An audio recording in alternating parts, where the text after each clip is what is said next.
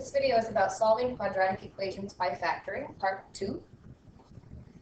So one way that we can solve this equation for x is to factor it using the guess and check method, and then solve it using the zero product property. So this is slightly more complicated than the basic quadratic factoring that we've been working on because there's a 3 in front of the x squared. When you have to factor a quadratic expression with a number for a other than 1, there's a few methods, and guess and check is just one of the methods. The guess and check method is to say, when you factor this into these two parentheses, the first term in each parentheses, when multiplied together, must give us 3x squared. So I know that one of the parentheses is going to have to be a 3x, and the other one's going to have to be an x.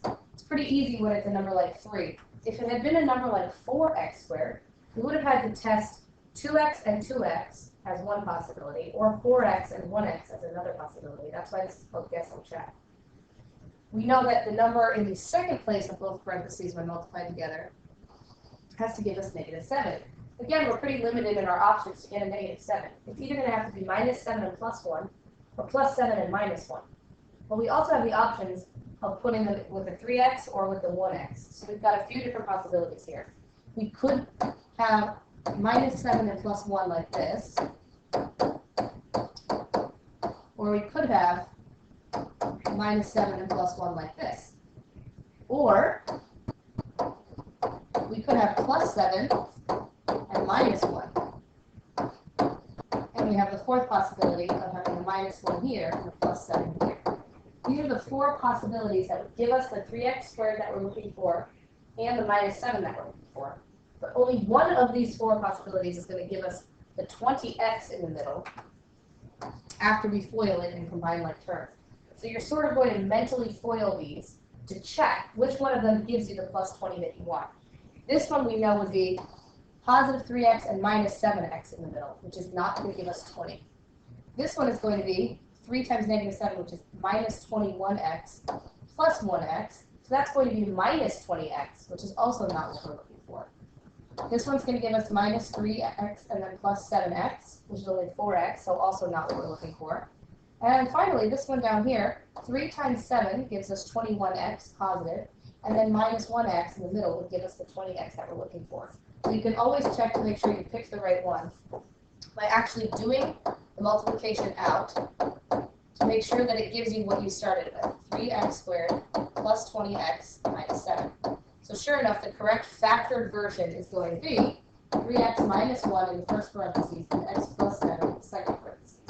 You can do the guessing and checking in your head, that's fine, and pick the one that works. You don't need to write out all of the possibilities and then test each one of them written out. You can test them in your head. Sometimes you'll get one that has a number in front of the x squared other than 1, and you should recognize if it's a perfect square. So in this case, 4x squared is a perfect square. It's 2x to the second power. When c is also a perfect square, like 25, which is 5 to the second power, you should be checking to see whether you have a perfect square trinomial. What that means is that both quantities in the parentheses are identical. It's the same binomial being squared. So in this case, 4x squared would split into 2x and 2x. 25 positive would split into plus 5 and plus 5. And then we just check to make sure that it actually does give us the middle term that we have in the example. So if you were to multiply this together, sure enough, you get plus 10x, which would be plus 20x. Excuse me. If it had been minus 20x, you would have wanted to put -5 and -5 instead in order to get the correct term in the middle. And if the term in the middle had been something other than 20, well, then it wouldn't be a perfect square trinomial, and you'd have to go back to that guess and check method. But in this case, when I recognize those perfect squares, I always test to see if it's a binomial, perfect binomial square first, and in this case it was. Oh, I forgot that in each of these cases we are supposed to be solving them using the zero product property. We haven't actually solved for x until we've set each factor equal to 0 and solved it. In the case where it's a perfect square, you're going to get the same answer twice, so you really only need to write it once. X is going to equal -5/2 in both of these cases, so that's the solution to the equation. And if I go back a slide, I forgot to solve this one as well. X would equal 1/3, and x would equal -7, because you've set each of those factors equal to 0 and solved it. Now going forward, this is the factoring by grouping method, and it only works when you have 4 terms in a row. And it only works in certain cases when you have 4 terms in a row as well. But it's a good technique to use if you ever see that you've got 4 terms. Now, in this example, you very, very rarely see this one on an actual assignment, because if you look at the middle 2 terms, excuse me, if you look at the middle 2 terms, you realize those can be combined. However, I purposely don't have them combined here so that you can use this method and have it work. In factoring by grouping, you're going to look at all of the terms that you have to see if there's a common factor that you can take out. And in this case, there's not. You can't take a common factor out of each of those 4 terms. But you can group together the first 2 terms, and I put them in little temporary brackets to show that I'm only looking at the first 2 terms, to see what common factor I can pull out from just those terms. In this case, I can factor out 3x, and what I'd be left with is x plus 2. Then you can group together the second 2 terms, including the, let me move that back. You group together the second 2 terms, including the minus that's in front of the 7. And you're looking at just those 2 terms, what common factor you can take out. If the first term is negative, you want to take out a negative. And so I can take out a negative 7, leaving us with positive x plus 2.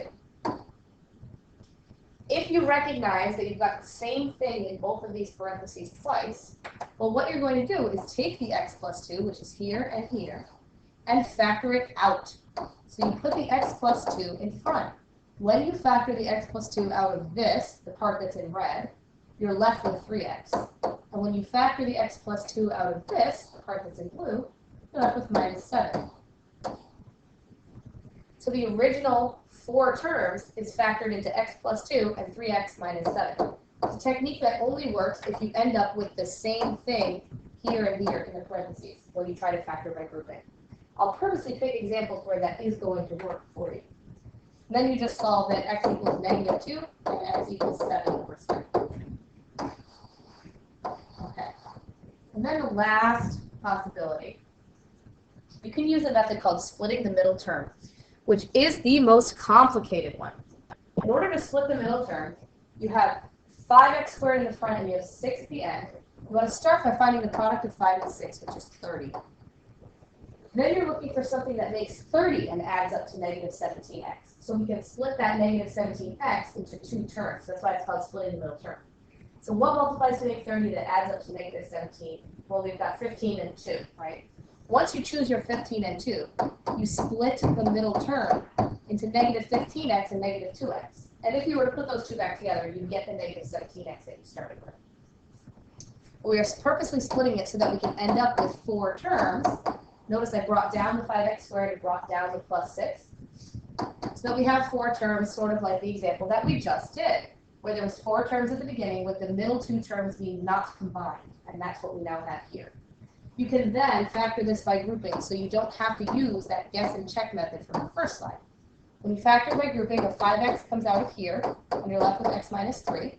A negative 2 comes out of here, and you're left with x minus 3. And since you got the same thing twice, you can factor out the x minus 3, and you'll be left with 5x minus 2.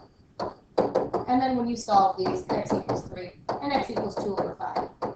This method works every single time. So if you're not a fan of the guess and check method because it takes too long, I recommend that you use this method every single time. And that is all.